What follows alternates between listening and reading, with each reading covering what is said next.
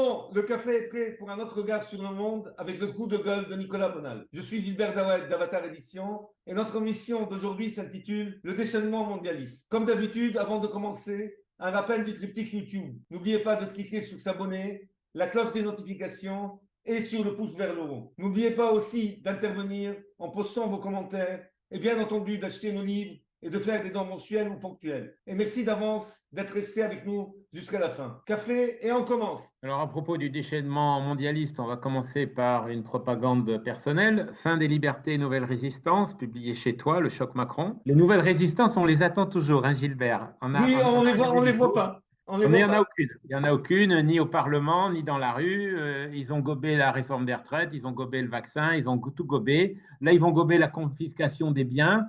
Ils vont gober les 15 minutes et ils vont gober le CBDC et l'euro numérique. Internet Nouvelle Loi Initiatique, une du monde des livres, traduit en brésilien et qui a été utilisé par des thèses de doctorat, notamment parce que j'ai inventé, sans breveter le mot, techno-lord. Les gens qui dirigent le monde aujourd'hui, c'est comme les lords anglais qui, après la bataille de Hastings et le Domesday Book, contrôlent l'Angleterre. Il y a une centaine de grandes familles normandes et le reste de la population est réduite en esclavage et le Domesday Book, comme on sait, a servi à complètement cataloguer tous les biens de l'île. C'est devenu un enfer. C'est pour ça qu'il y a eu notamment la légende de Robin des Bois. Une partie du clergé saxon qui était anti-romain, parce que Rome, évidemment, a favorisé l'invasion presque satanique de Guillaume le Conquérant, une partie de ce clergé saxon est partie à Byzance, Constantinople, où ils ont trouvé un très bon refuge. C'est une idée pour moi qui me plaît avec mes Tolkien.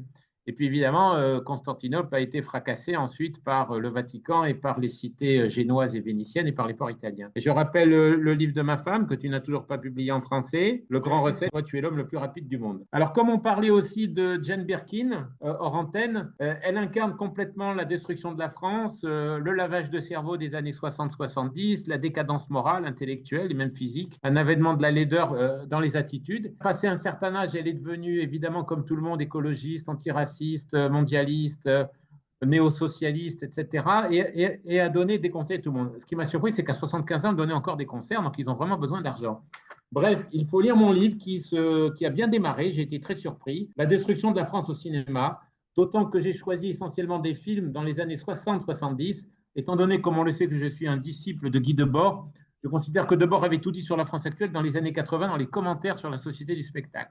La France a été détruite sous De Gaulle et sous Pompidou, je le démontre dans ce livre, et je te les montre par les 75 films, j'en ai choisi 75 en référence au numéro minéralogique des plaques de Paris. La France a été détruite à cette époque, et c'est comme ça qu'on a créé ce peuple de blattes, de bobos, de lâches, d'inconscients, de festifs, de ludiques, et qui allait tout tolérer ensuite par la suite. Je pense qu'à partir des années 80, le cinéma de toute manière devient tellement nul qu'il a moins d'enseignements à donner qu'avant. Et dans les années 60-70, j'ai recensé tous les grands films de l'époque avec plein d'acteurs et d'actrices connus. Donc on en arrive au sujet, le déchaînement mondialiste. Pour moi, c'est vrai que peut-être que je m'affole tout seul dans mon coin parce que j'en parle pas avec les gens. Alors tu te dis, les gens vont à la plage et ils s'en foutent. Ben, c'est pas vrai, on en revient de la plage avec Tatiana, on était les seuls à la plage. Donc ils vont même pas à la plage, je sais pas ce qu'ils foutent. Ils sont 24 heures ou 25 heures sur 24 sur les chaînes news. Donc on va commencer par Breton, Thierry Breton, maître de Castelnau a parlé de néofascisme. Mon ami Édouard Husson avait parlé de fascisme gris à propos de ce qui se profile avec l'Europe totalitaire d'Ursula. Ensuite, Breton va tout faire sauter au mois d'août, soi-disant, on va voir.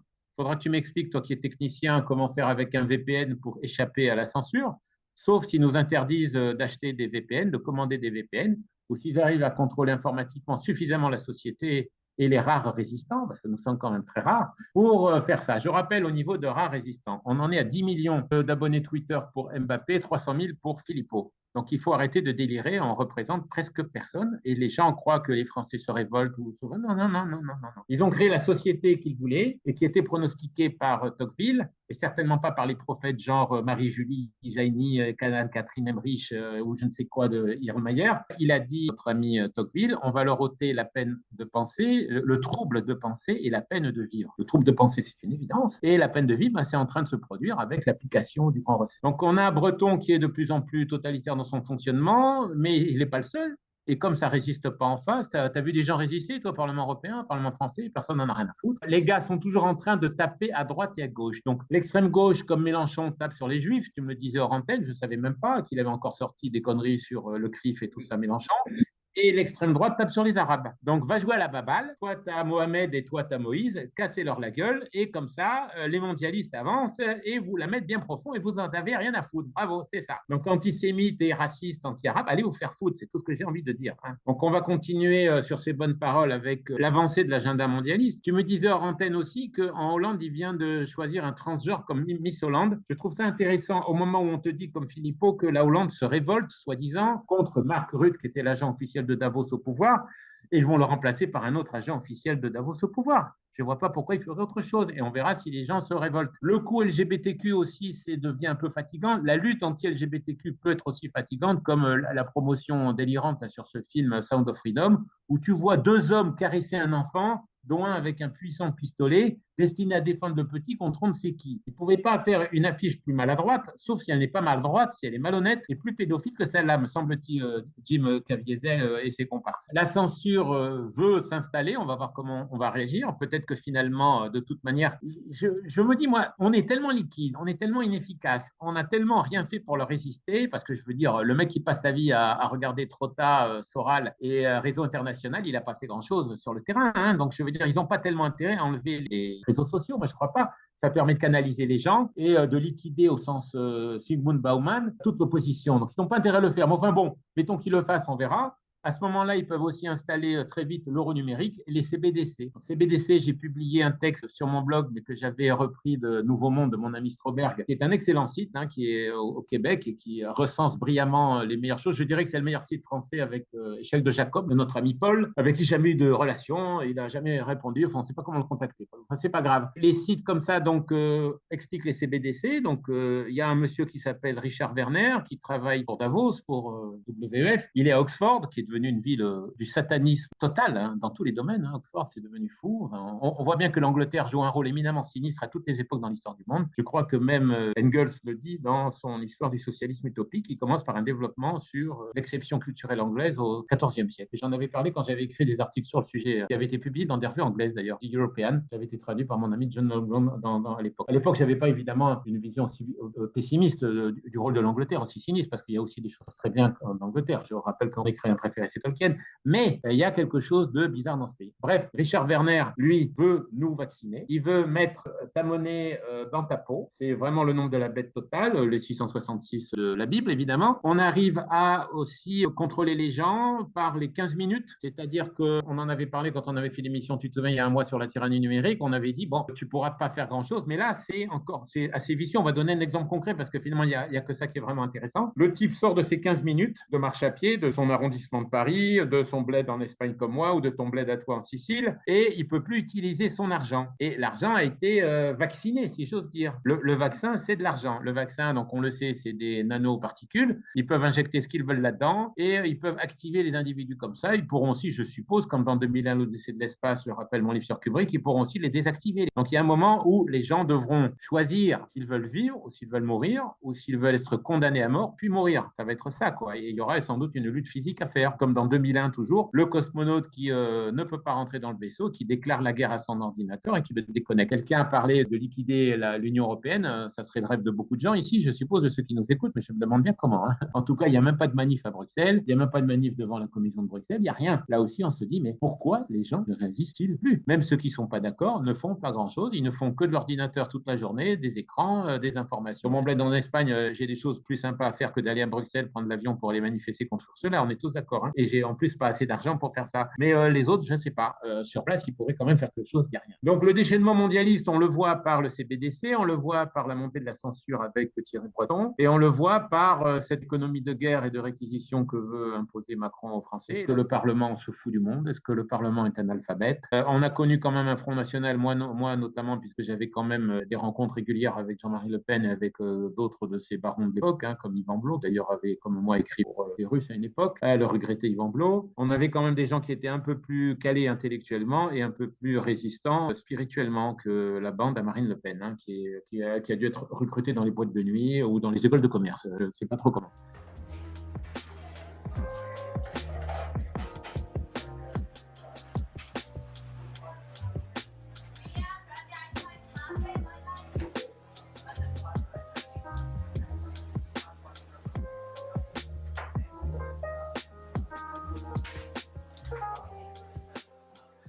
Donc, visiblement, tout le monde s'en fout. On a un agenda qui s'avance et il n'y a absolument rien en face. Le problème maintenant, c'est y a-t-il une résistance à cette mondialisation? Alors, on pensait aussi à cette guerre. Alors, évidemment, Poutine, qui en a une plus grosse que toi, on va parler comme les gens de Réseau International, met la raclée aux Américains, met la raclée aux Ukrainiens, met la raclée à tout le monde. Et Poutine est un champion du monde et la Russie sauve le monde, etc. Non, c'est un peu plus compliqué. Donc, comme l'a rappelé Olivier de Molner, il y a 2 jours, ça y est, ils ont le rouble numérique en Russie. Donc, ils protègent sur les agendas de Davos. Et les protocoles Covid sont toujours assez dingues. On l'avait vu quand on a parlé, toi et moi, de l'espèce de symposium à Saint-Pétersbourg. Et on a vu aussi une anecdote très marrante racontée par mon ami Israël Shamir ce matin dans Unz. Donc, Israël explique qu'en 2018, en février, il y a eu une bagarre entre le groupe Wagner et des Kurdes protégés par les Américains. Et ils décident donc d'attaquer ces Kurdes. L'article est dans Unz, de Israël Shamir. Pour mettre en contexte, c'est en train de parler de la Syrie. Oui, la Syrie, pardon. Et donc, le Pentagone appelle Shoigu et demande à Shoigu, c'est les vôtres? Non, non, vous pouvez y aller. On a l'impression d'une parfaite mise en scène, une parfaite coordination russe-américaine comme depuis 1945. C'est Guy Debord qui, dans le paragraphe 111 de la Société du spectacle, a expliqué ça. Il n'y a pas de guerre froide, il n'y a pas d'affrontement russo-américain, c'est une blague. En Europe de l'Ouest, c'est